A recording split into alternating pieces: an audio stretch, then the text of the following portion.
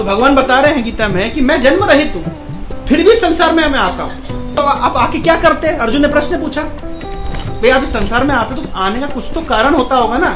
तो भगवान गीता का बहुत फेमस श्लोक, मोस्ट फेमस श्लोक क्या है गीता का?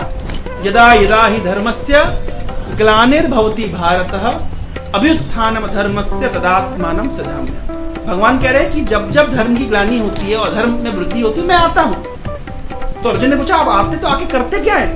परित्राणाय साधूनां विनाशाय च दुष्कृतां धर्म संस्थापनार्थाय संभवामि युगे। मैं साधुओं की रक्षा करता हूं, दुष्टों का विनाश करता हूं और धर्म की स्थापना करता हूं। भगवान गीता में कह रहे हैं कि मैं इस कार्य के लिए आता हूं, लेकिन बहुत सारे वैष्णव आचार्य लिखे हैं कि ये मुख्य कारण नहीं है भगवान के आने का। क्योंकि अगर साधुओं की रक्षा करनी थी तो क्या भगवान को आना पड़ेगा? भगवान के अपने धाम में बैठ करके साधुओं की रक्षा नहीं कर सकते? ऐसा कहा जाता है कि भगवान ने अपने चक्र सुदर्शन को ये पहले से इंस्ट्रक्शन देके रखा है कि मेरे से पूछना नहीं, अगर कोई मेरे भक्त को हानि पहुंचाए अपने आप निकल के चले जाना, मेरी परमिशन मत लेना। और यही हुआ जब दुर्वासा ऋषि ने अम्बरीश को अटैक करने की कोशिश करी तो सुदर्शन को भेजा नहीं भगवान ने, सुदर्शन खुद निकल के चले गए अम्बरीश की रक्षा करने के लिए। जिसका अर्थ क्या है कि कोई भगवान की भक्ति करता है, भगवान का सुदर्शन चक्र एक्टिव है, वो रक्षा करेगा निश्चित। तो भगवान अपने धाम में बैठ करके अपने भक्तों की रक्षा कर सकते हैं। परित्राणाय साधूनां, और दुष्टों का विनाश करने के लिए भगवान को आना पड़ेगा। भगवान सभी जीवों के हृदय में रहते हैं। भगवान रावण के हृदय में भी थे, रावण की एक नस पकड़ करके हार्ट अटैक दे देते, काम खत्म।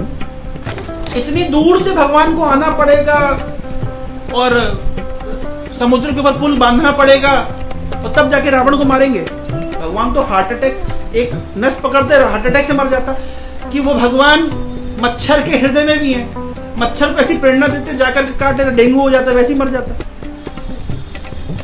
तो भगवान को साधुओं की रक्षा करने के लिए या दुष्टों के विनाश करने के लिए आना जरूरत नहीं है। और धर्म की स्थापना भगवान अपने प्रतिनिधियों को भेज कर करा लेते हैं। भगवान ने अलग अलग समय में अलग अलग प्रतिनिधियों को भेज करके धर्म की स्थापना कर दी।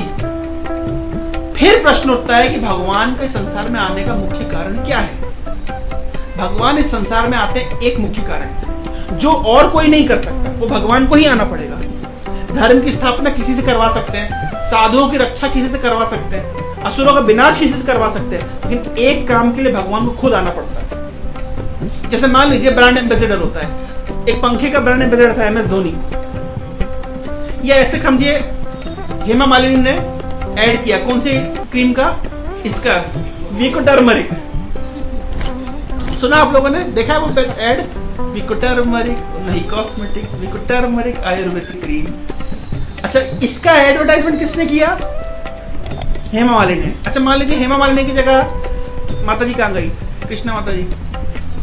मान लीजिए हेमा मालिनी की जगह माता जी कर रही होती है ऐड, सपोज करिए। अच्छा, कितने लोग खरीदते? केवल प्रभु जी खरीदते।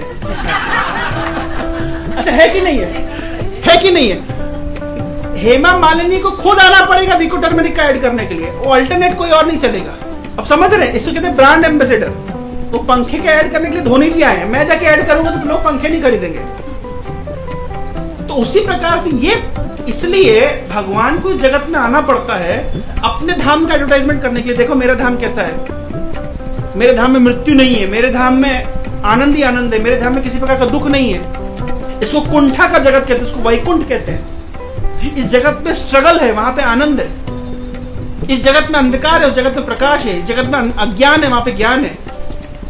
इस जगत में शोषण है, वहां पे प्रेम है। इसका एडवर्टाइजमेंट करने के लिए भगवान को आना पड़ता है, क्योंकि और किसी को भेजने से लोग कन्विंस नहीं होंगे।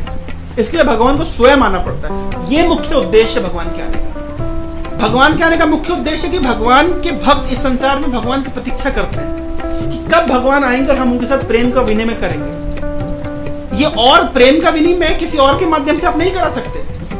जैसे मान लीजिए छोटा बच्चा रो रहा है, वो 100 लोगों की गोद में चला जाए, रोता रहेगा, लेकिन जैसे ही माँ की गोद में आएगा रोना बंद कर देगा। उसी प्रकार से जीवात्मा को बहुत सारे लोग अलग अलग प्रकार के ऑफर देते हैं, उसको संतुष्टि तब तक नहीं मिलेगी जब तक वो भगवान के संपर्क में नहीं आएगा। इसलिए भगवान इस जगत में आते हैं।